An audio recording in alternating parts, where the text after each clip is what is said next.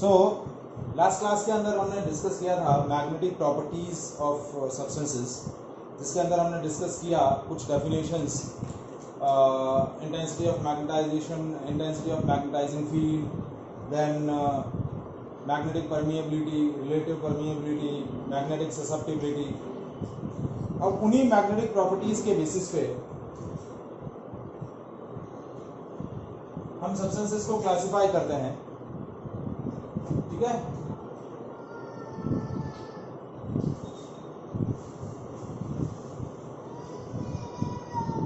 ठीक है, तो उन प्रॉपर्टीज के बेसिस पे, on the basis of magnetic properties of material, substances are classified into three categories.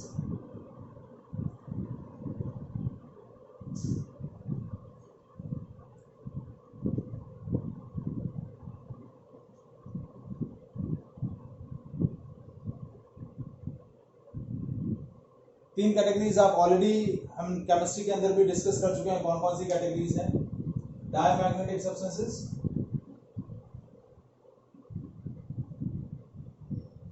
Paramagnetic substances और third one is ferromagnetic substances.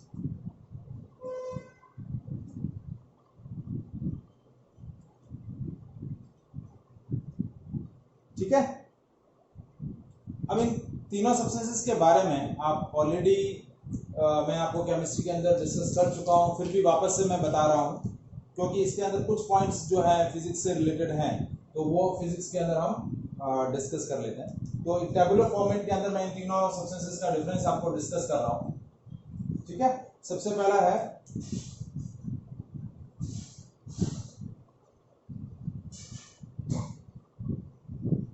Diamagnetic substance, paramagnetic substance and ferromagnetic.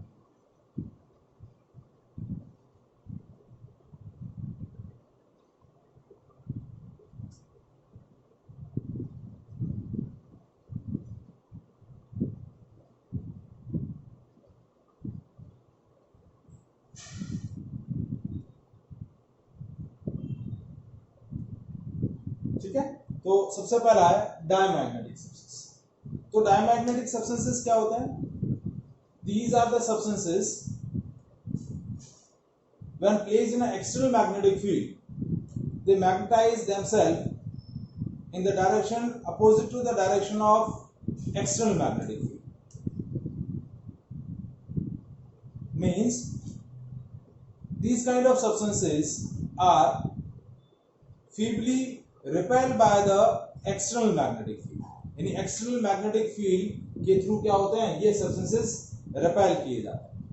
मतलब ये अपने आप को एक्सटर्नल मैग्नेटिक फील्ड की direction से opposite direction में क्या करते हैं? अपने आप को वीकली मैग्नेटाइज करता है। एक्सटर्नल फील्ड की डायरेक्शन जो है उसके अपोजिट डायरेक्शन में ये अपने आप को मैग्नेटाइज करेंगे, और वो भी स्मॉल अमाउंट से। क्या करेंगे? स्मॉल अमाउंट से। तो कैसे डिफाइन करेंगे? These substances are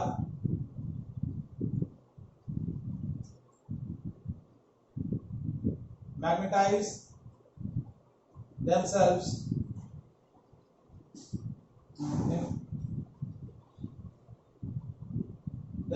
in the direction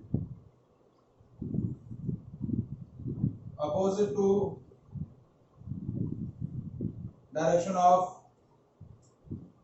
external magnetic.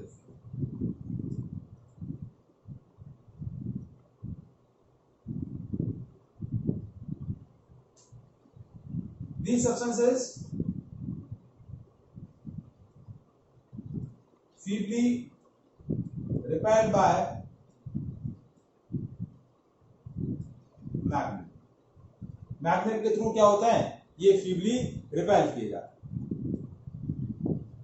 तो जब मैं इस सब्सटेंस को एक्सटर्नल मैग्नेटिक फील्ड के अंदर प्लेस करूंगा, जैसे ये मैंने एक डायमैग्नेटिक सब्सटेंस रखा, ठीक है, तो जो मैग्नेटिक फील्ड लाइंस होंगी वो magnetic field lines in substances को क्या करेगी? रिपेल करेगी। तो जैसे ही मैग्नेटिक फील्ड लाइंस इनके नियर बाय पास होगी तो इस तरीके से इनसे रिपेल करेंगे,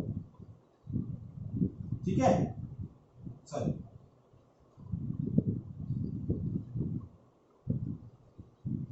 इस तरीके से मैग्नेटिक फील्ड लाइंस क्या करेंगी, इनसे रिपेल होंगी, क्योंकि ये अपने आप को एक्सटर्नल मैग्नेटिक फील्ड की डायरेक्शन से अपोजिट डायरेक्शन में क्या कर रहे हैं, फीबली मैग्नेटाइज कर रहे हैं। तो ये एक्सटर्नल मैग्नेटिक फील्ड का क्या करेंगे, अपोज करेंगे। क्या करेंगे, एक्सटर्नल मैग्नेटिक फील्ड का क्या करेंगे, अपोज करेंगे।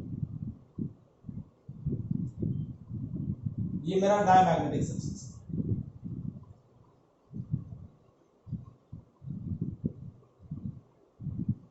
Is it clear?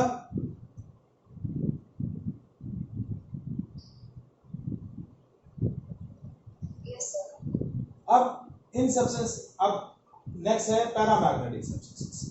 Paramagnetic substances क्या होते हैं? These are the substances which magnetize themselves in the direction of external magnetic field by a small amount. मतलब ये सब्सटेंसेस अपने आप को एक्सटर्नल मैग्नेटिक फील्ड की डायरेक्शन में मैग्नेटाइज करेंगे और वो भी स्मॉल अमाउंट से। सो these substances are magnetized by a small amount in the direction of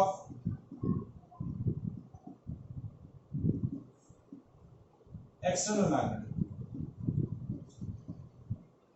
Means these substances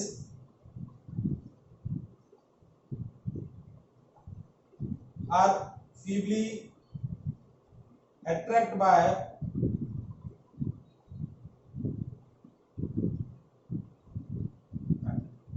magnet के थ्रू क्या होंगे, ये फीबली अट्रैक्ट होंगे। यानी आपने कोई पैरामैग्नेटिक सब्सटेंस लिया और उसको एक्सटर्नल मैग्नेटिक फील्ड के अंदर प्लेस किया, तो एक्सटर्नल मैग्नेटिक फील्ड क्या होंगी, इस तरीके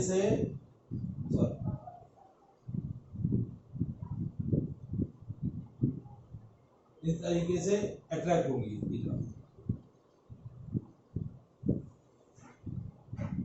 स्मॉल अमाउंट से क्या होंगी, इनकी तरफ अट्रैक्ट होंगी, ठीक है। जैसे ये स्ट्रेट नहीं जा रही है, जैसे ये यहां गई और ये अट्रैक्ट हो, ठीक है, ये गई और ये अट्रैक्ट हो। इस तरीके से ये एक्सटर्नल मैग्नेटिक फील्ड को क्या करेंगे, अट्रैक्ट करेंगे। मैग्नेटिक फील्ड लाइंस को अपनी तरफ क्या करेंगे, अट्रैक्ट करेंगे, बट स्मॉल अमाउंट से करेंगे। और अब तीसरे टाइप के जो सब्सटेंस आते हैं, these are the substances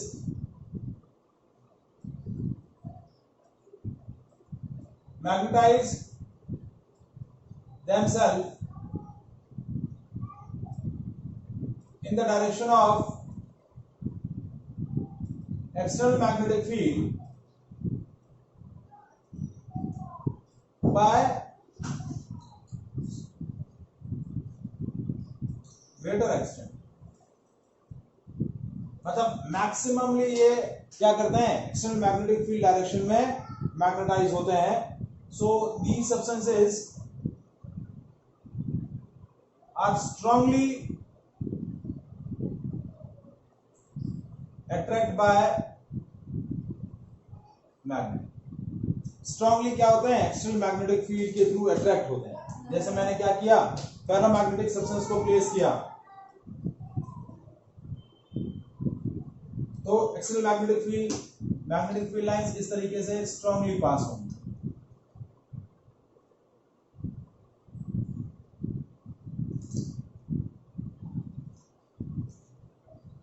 इस तरीके से स्ट्रांगली मैक्सिमम क्या होगा, मैग्नेटिक फील्ड लाइंस पास होंगी,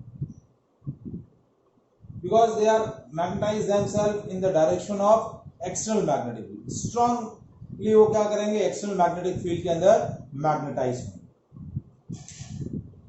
आया टेबुलर डिफरेंस समझ में बेटा?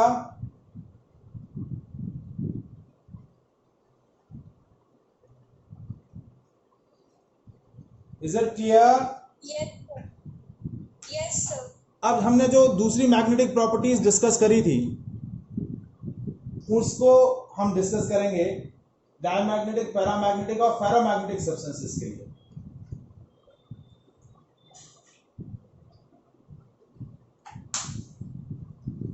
तो नेक्स्ट प्रॉपर्टी क्या है? ससेप्टिबिलिटी। तो डायमैग्नेटिक सब्सटेंसेस के लिए ससेप्टिबिलिटी जो है वो स्मॉल रहती है और नेगेटिव होती है। क्या होती है? स्मॉल और नेगेटिव।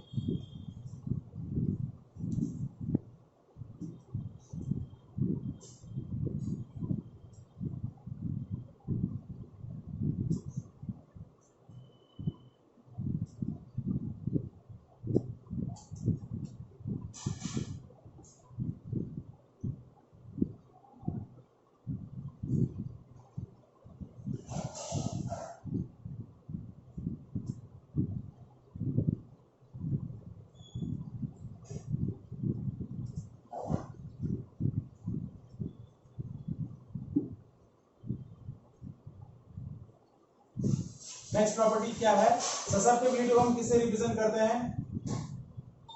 साइन एम से। तो ससेप्टिबिलिटी इनके लिए क्या रहेगी? नेगेटिव और स्मॉल। क्या रहेगी? नेगेटिव और स्मॉल। पैरामैग्नेटिक सब्सटेंसेस के लिए ससेप्टिबिलिटी पॉजिटिव होगी, बट वो भी क्या रहेगी? स्मॉल रहेगी।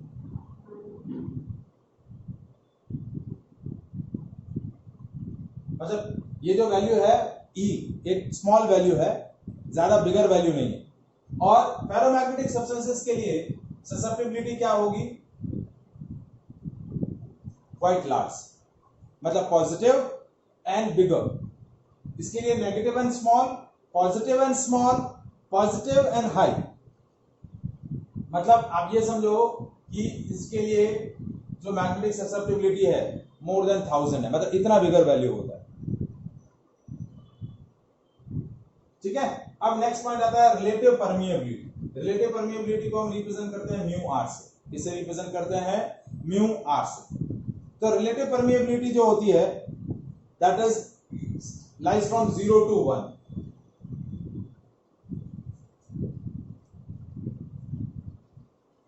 डायमैग्नेटिक सब्सटेंसेस के लिए रिलेटिव परमिएबिलिटी क्या होती है? 0 से 1 के बीच में लाई करती है। पैरामैग्नेटिक सब्सटेंसेस के लिए दैट इज मोर देन 1। 1 से ज्यादा रहेगी, पॉजिटिव होगी, और 1 से बहुत ही ज्यादा रहेगी। और फेरोमैग्नेटिक सब्सटेंसेस के लिए रिलेटिव परमिएबिलिटी जो रहेगी बहुत ही लार्ज होगी, मोर देन 1000, बहुत ही लार्ज वैल्यू है। तो ये दोनों मैग्नेटिक प्रॉपर्टीज हमने डिस्कस करी थी सब्सटेंसेस के लिए, magnetic susceptibility and magnetic permeability, sorry relative permeability. अब आता है एक इंपॉर्टेंट रिलेशन कि how the susceptibility is related to the absolute temperature. तो डायमैग्नेटिक सब्सटेंसेस की ससेप्टिबिलिटी जो होती है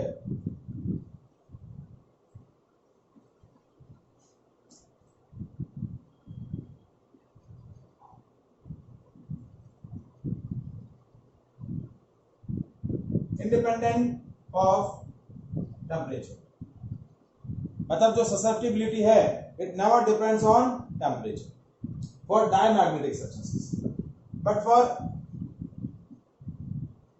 paramagnetic substances susceptibility is inversely proportional to the absolute temperature। क्या होती है? inversely proportional to absolute temperature, मतलब टेम्परेचर बढ़ेगा तो मैग्नेटिक ससेप्टिबिलिटी क्या होगी? डिक्रीज होगी। प्रोपोर्शनलिटी साइन हम क्या करेंगे? जब हटाएंगे कांस्टेंट डालेंगे तो this constant is known as Curie constant, और इस मैथमेटिकल रिलेशन को हम क्या बोलेंगे? Curie's law. क्या बोलेंगे? Curie law.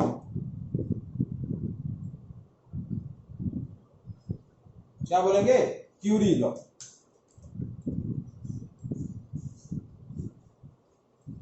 मतलब पैरामैग्नेटिक सब्सटेंसेस के लिए ससेप्टिबिलिटी जो है वो एब्सोल्यूट टेम्परेचर के क्या है? Inversely proportional.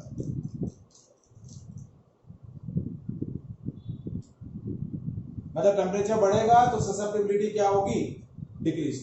फेरोमैग्नेटिक के लिए भी यही रिलेशन है कि एज द रिलेशन थोड़ा सा चेंज है, बट रिलेशन है क्या कि as the temperature increases for the ferromagnetic substances their susceptibilities also decreases, but their mathematical relation is like that. T minus Tc, where Tc is Curie temperature.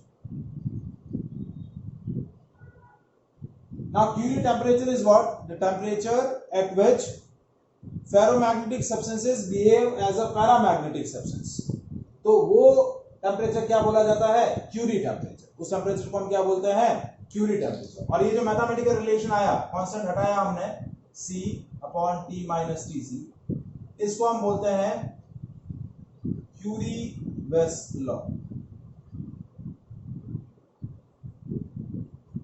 क्या बोलते हैं? क्यूरी-वेस law. दो अलग अलग साइंटिस्ट थे जिन्होंने ये लॉ प्रपोज किया था. So for ferromagnetic substances, magnetic susceptibility also decreases with the temperature. Curie temperature is the temperature at which the ferromagnetic substances behave like a paramagnetic substances. Is it clear?